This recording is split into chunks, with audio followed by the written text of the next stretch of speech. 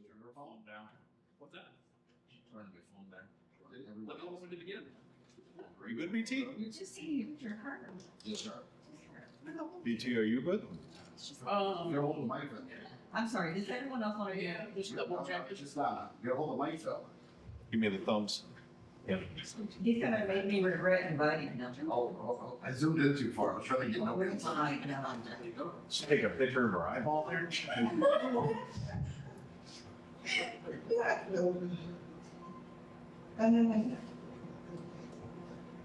Tested. Okay, well, good morning. Welcome to Doc Reads. My name is Michael P. Doyle. I'm the moderator here today. We are joining poets on poetry. So let me just introduce the panel here. Directly to my left here is Latham. We have Katrina, Thornley, and next to me. So welcome everybody. So let's start off. Tell me about where you're from. I am from Lowell, Massachusetts. My book of poetry is Compulsions. I started off writing, I'm just gonna do a little bit about myself. I actually started off writing poetry on a fetish website. And then I took those poems down from there and compiled them into a book and put it out in the world for everybody to shop and I'm Katrina Thornley. I'm from Exeter, Rhode Island. So this collection is my newest. It's Read Receipts, and it's actually under a pen name because it's about toxic relationships and kind of like feminine rage a bit. So I had to disconnect a little bit just in case. And my other collections are Arcadians, Lullaby in Nature, Awakening in Nature, and Wooden Mystics, and they're all inspired by nature. Thank you. Hi, everyone. I'm Meg Smith. I am from Lowell, Massachusetts also. And first of all, thanks so much to Horror Depot for hosting us today and organizing this great panel. I have... I hear that guy's awesome. Luckily, we have college security who will escort out any noisemakers in the audience, so even more. So I have 6 collections of poetry and a short fiction collection, also The Plague Confessor. I brought 2 of my poetry books here today to perhaps share some thoughts from. One is Straw, Feathers, Bones. That's the most recent one. And this one is Pretty Green Thorns. I am also a journalist by profession. My work has been honored by the New England Newspaper and Press Association. And I sit on the board of Lowell Celebrates Kerouac. And I'm also the CEO and producer of the Poe in Lowell Festival.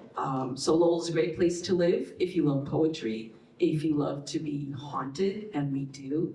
And I'll be so glad to share more thoughts about that in the course of the panel. Thank you for having me. So Meg, why do you have the mic? Why don't you tell us more about Poe and Lowell and Kerouac and all that stuff that you're doing? All right. Well, that would be an efficiency, so, since we've been hearing so much about that these days. So yeah, I went to school at UMass Lowell, and I majored in English and psychology with a concentration in journalism. And I decided, I'm from the greater Boston area, and I decided that Lowell was turning out to be a really great place to call home. And so I started to kind of get to know the community. I published a zine for 4 years called The Banshee, which was kind of sometimes a somewhat silly and substantive look at the same time of the cultural and political scene there. I was quickly drawn to the Lowell Celebrates Kerouac Festival. Jack Kerouac, for those who don't know, was actually born and raised in Lowell. And although he's most famous, I think, for novels like On the Road, he is very well loved in Lowell, in part because he wrote 5 books about his upbringing in Lowell. And Edgar Allan Poe, it turns out, was one of a number of literary figures, including Charles Dickens, who visited Lowell. Edgar Allan Poe's relationship to Lowell is really fascinating and special. He actually came 3 times, and he developed a number of friendships. And I had held a number of Edgar Allan Poe themed events over the years, and I decided that it was really time to put together some more developments in his honor, including the Poe in Lowell Festival. This year will be our second one, by the way. It's October 24th through the 26th. And I'll tell you also, I'm inspired by a lot of things in poetry and life, one of which is, I know we are living in a climate which there was a lot of discussion about origin and immigration and such. I'm not here to speak politically. I am, however, first generation Irish American. My late mother immigrated here as a nurse and became a naturalized citizen.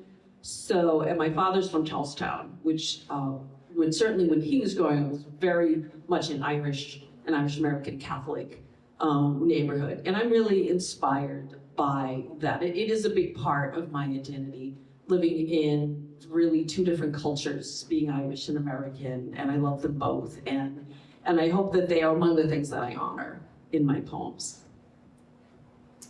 Katrina, I'd like to ask about your name, Ella Potter. So Ella Potter was actually my great-great-grandmother's name, and she passed away at an early age, so I kind of wanted to pay honor to her. I think she probably would have been an amazing person had she lived longer. And a lot of the women in my family, on that side of my family, write poetry. So, And how long have you been writing? so I've been writing poetry since I was 20. I actually really hated poetry before, to be honest, which is weird. And then life changes and you realize you have things to say. So, but I've been writing fiction since I was like 10. And John, what about you? As far as prose versus poetry, what do you prefer? What do you enjoy more? If there is an answer left. Yeah, it's a hard thing to answer because sometimes prose is I get a block trying to write prose because I've done a lot of stories and anthologies. I was involved in a collaborative book where 13 authors wrote one chapter. So I haven't quite done a lot of collaborations with other authors. It really depends on my mood. And I'm a panic writer when it comes to my prose. Some people are pantsers, some people are plotters. I'm a panic writer. I'm like, oh, I've got that deadline coming up in 8 hours. I guess I got to get that 6,000 words done. But poetry is more just easier to come by and easier to just get out of the page. And you can basically just vomit words with Do poetry you have a writing process? whenever I can. I work full time. I have a son with autism who requires a lot of extra care. And unfortunately, my brain only allows me to write when it's completely silent in my house. And it's not ever completely silent in my house, except when my son is sleeping. So yeah, it's a little difficult. Or when I'm getting badgered by my friends saying, you've got a deadline coming up, you gotta get that thing done. So that's my process. Katrina, can you share with us your process? My writing process is actually pretty similar. I try to make time for writing, but usually I find it difficult to write prose now because I do not have time between working like 45 hours a week at my day job, plus I do journalism on the side, and I live on a farm. So there's not much time for anything. I think that's why poetry's become the go-to. It's a bit of therapy in a way. There's a sentence in my head, I write it, and then I go from there. And Vic, how about you? Tell us about your process. So I think, first of all, I really resonate a lot with what the other speakers have said here about, first of all, time. I think, because I think most of all of us in the audience are also writers. And we really relate to the precious economy that time is. And for me, I'm fortunate that I have a job where I actually write as a profession. And I will say one of the things that is done, because you have deadlines that are non-negotiable in journalism, it does tend to fine-tune you a little bit. I would say, I would like to tell you I had a more exact process, but I will sort of just basically nudge myself to the tasks to say, okay, I'm privileged enough that I have a life where I have some time, which not everyone does, or in a lesser degree. So I need to use that time in the best ways. In terms of, like, say, inspiration for poetry itself, I will literally sometimes just go when I can for a walk in the woods or walk down the street. And I know that I will see or experience something that brings something to fruition. And I will write a poem. I care very much about the quality of the poem. However, I also believe the poem has to get written first. before you can bring it to that level that you want to share with everyone.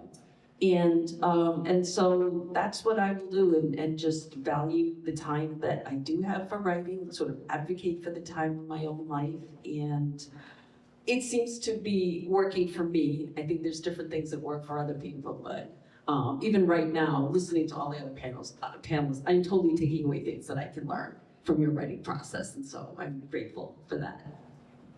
And Katrina, tell me about how about editing?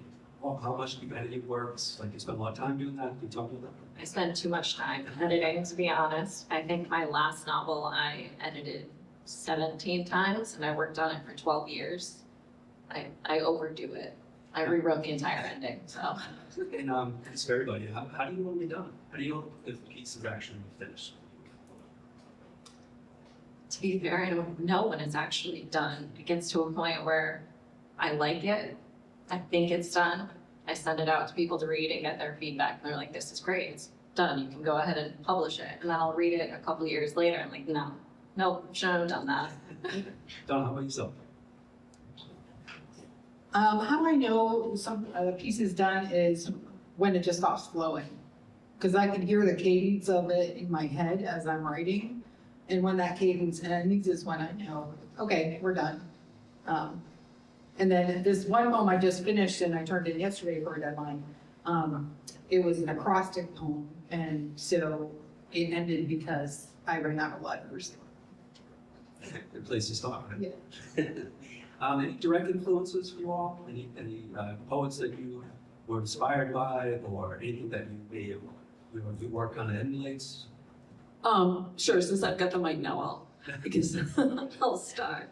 No, this is amazing a panel to be on, and I'm privileged to get to share some of these thoughts with you all. So I'm inspired by a lot of things, as I mentioned. Certainly my Irish American heritage is a big inspiration. It's also amazing to come from a culture which is, Ireland is a very modern nation state with a very highly educated workforce, but does retain an amazing and rich is somewhat an overused word, but when you grow up in folk heritage, such as the Irish heritage, that really is pretty magical. And knowing that great writers like Bram Stoker, the author of Dracula, is part of the canon of Irish authors.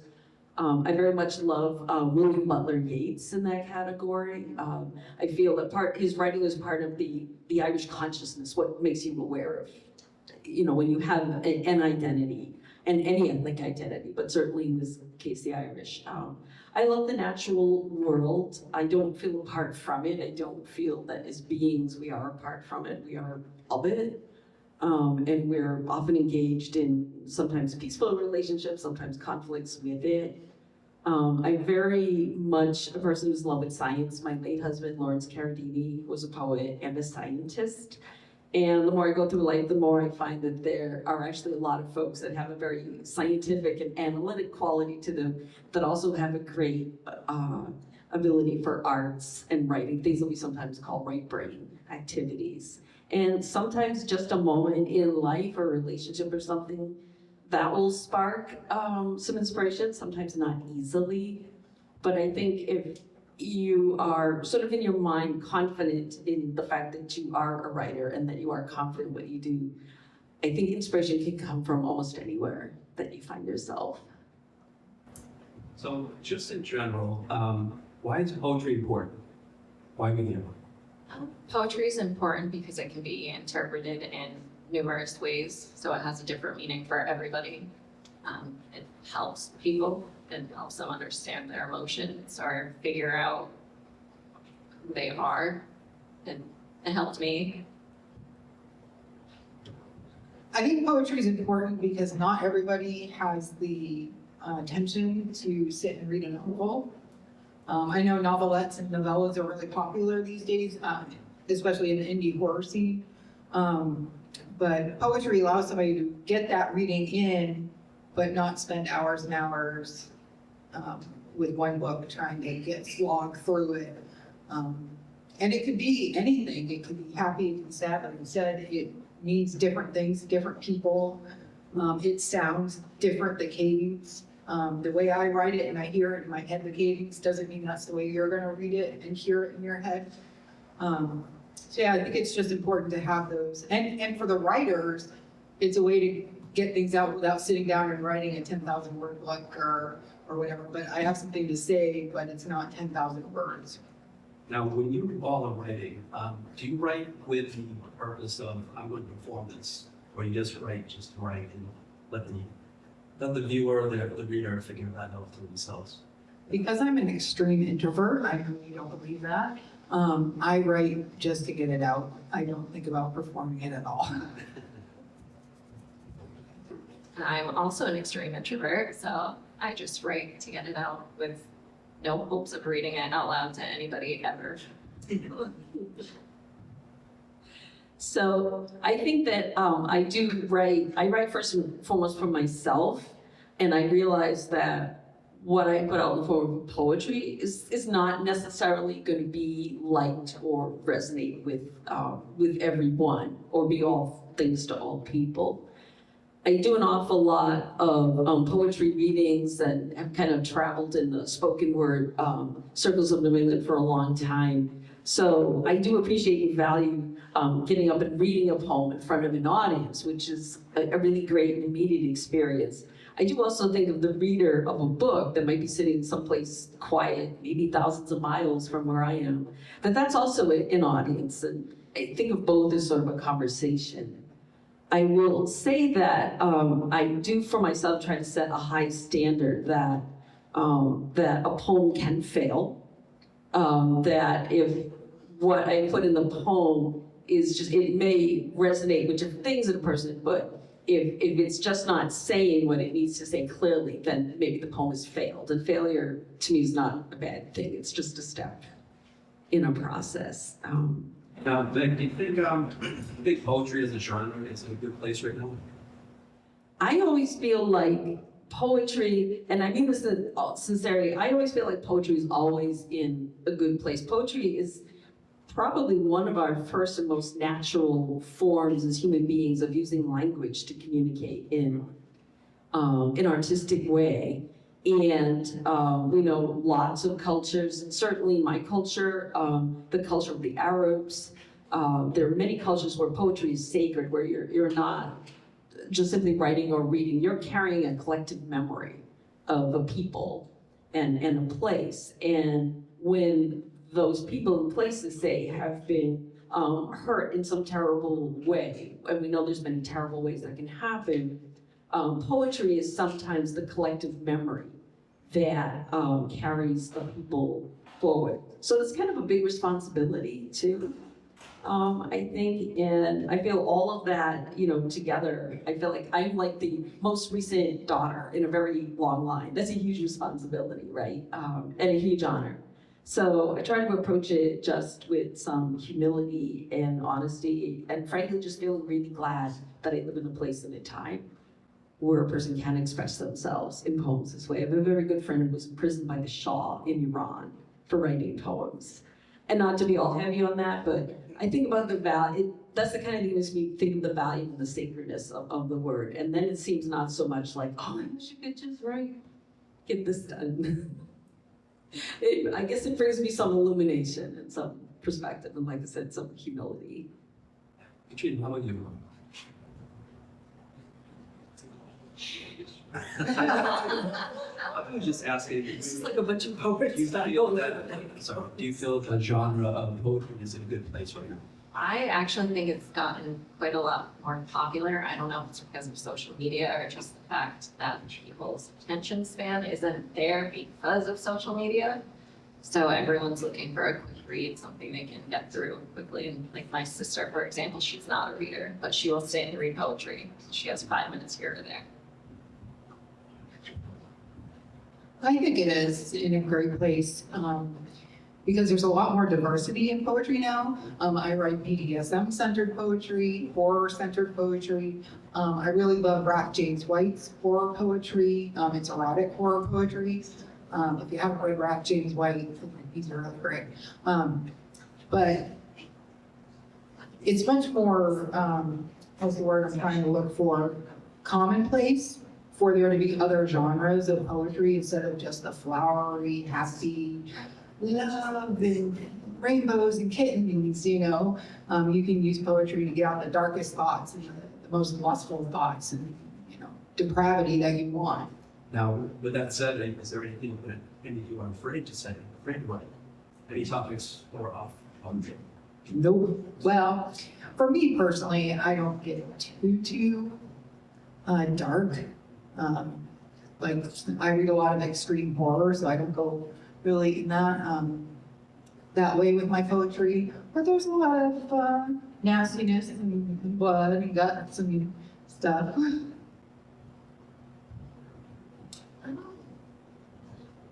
I guess not really, as long as I can use a pen name. There. I think, just speaking for myself, I think it's in some ways not so much what might be on and off the table as subject matter, as taking a sort of approach of curation. I think that when there's poems that I want to put out to an audience, whether it's from a stage or in a book, I am, very intentional about what I'm sharing, and everything that I share in my poems, even if the poem itself is flawed, will always be true.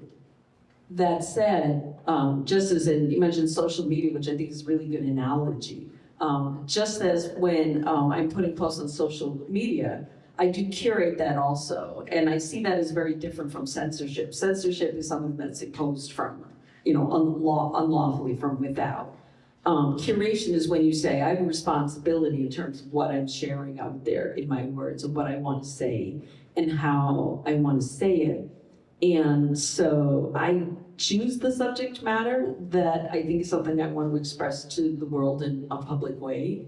And I think there's also such a thing as public writing and private writing, and ultimately only the poet, only the writer can make that determination for themselves.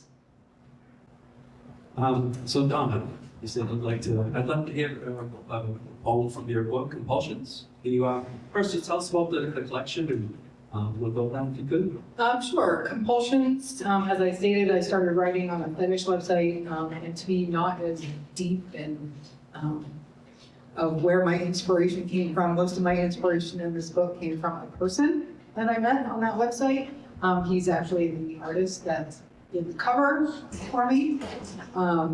So yeah, a lot of inspiration came from him. It's a lot of sex, some blood, some bondage, some metaphors. I like this one. So it's one of my favorites. It's called I Forget My Name.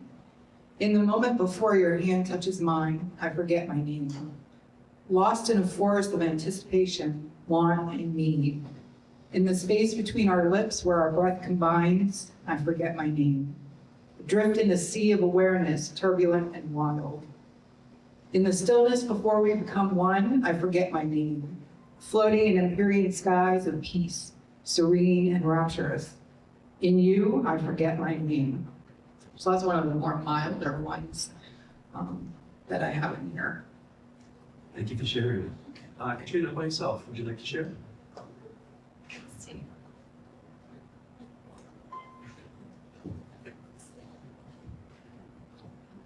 Should I explain what it's about? Please. No, we get it. Okay, so Read Receipts was inspired by a toxic relationship and learning to grow from that and deal with it years later.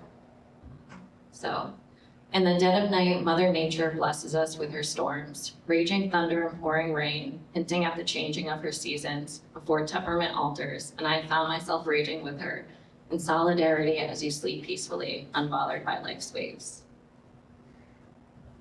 Thank you. Thank you so much.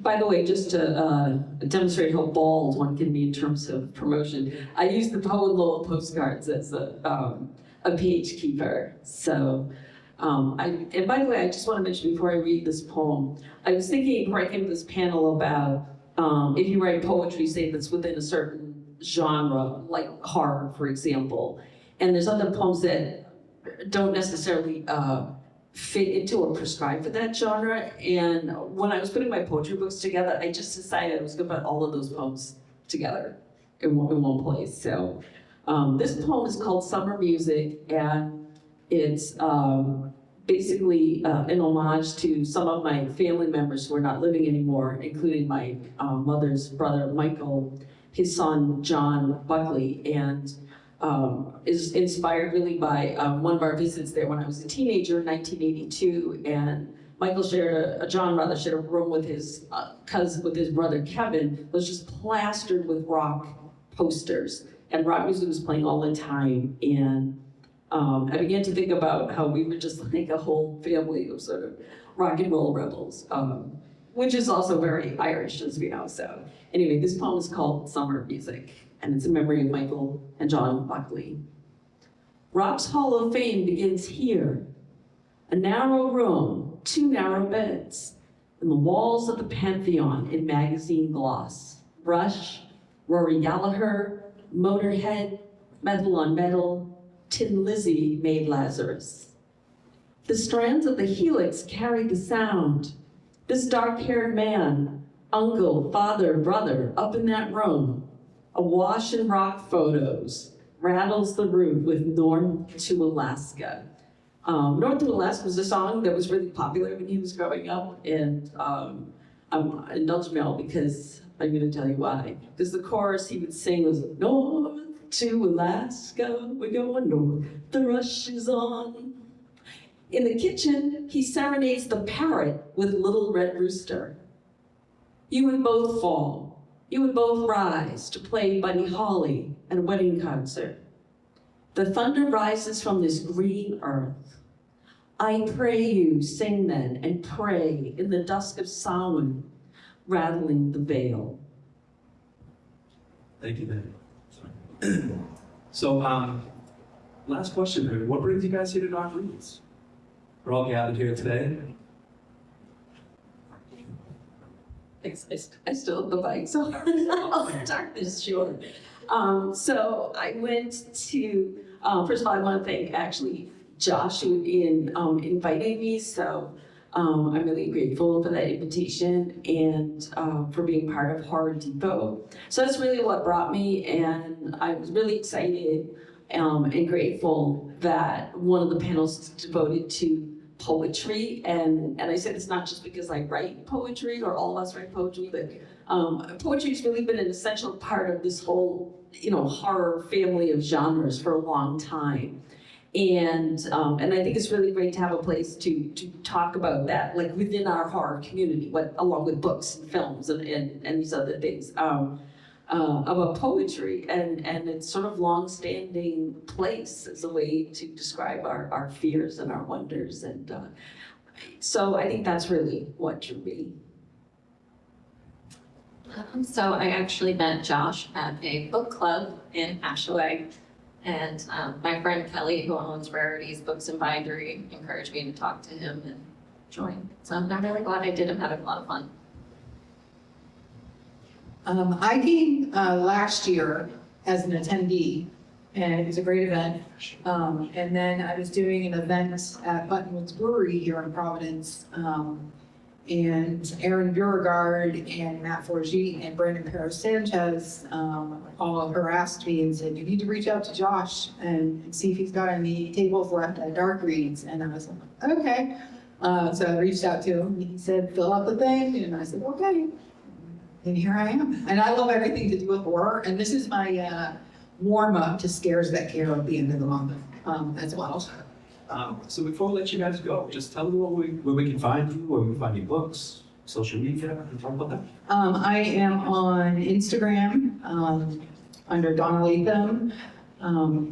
You can find my book Compulsions on Amazon under D.A. Latham. That's my pen name. I'm also one half of Bludgeon Girls Press. We just put out our debut anthology last year, as well as publishing a book from Sumiko Salson, who, shameless plug, is a Stoker Award finalist. And Anton Kanker, a collection of his stories, as well as my publishing partner Angelique Giordano's lesbian slasher. You can find all of those. It's called Danny, and I have some copies up at my table. You can find them all on Amazon. Thank you. You can find all of my books on Amazon as well under Katrina Thornley. Rarities Books and Bindery has them all as well. And my Instagram is ccatright. Thank you. So my website is mikesmithwriter.com. My books are on Amazon also. They are also available at some of the local indie bookstores, including Lala Books in Lowell, Mass, if you're up that way. I do also have some at my table upstairs also available, which I'm happy to sign. And you can find me on Instagram and Facebook at Meg Smith Writer. And by the way, that's also where you can find Poe in Lowell. And you can find me at mpdoyle23 at Instagram. A little shout out to myself. Well, thank you guys so much. It was wonderful to be with you, talk with you, and we're glad we had this opportunity today. Thank you guys so much, and thank you to the audience. We really appreciate it. Thank you so much for listening, and thank you for being such a great host. First time, thank you. All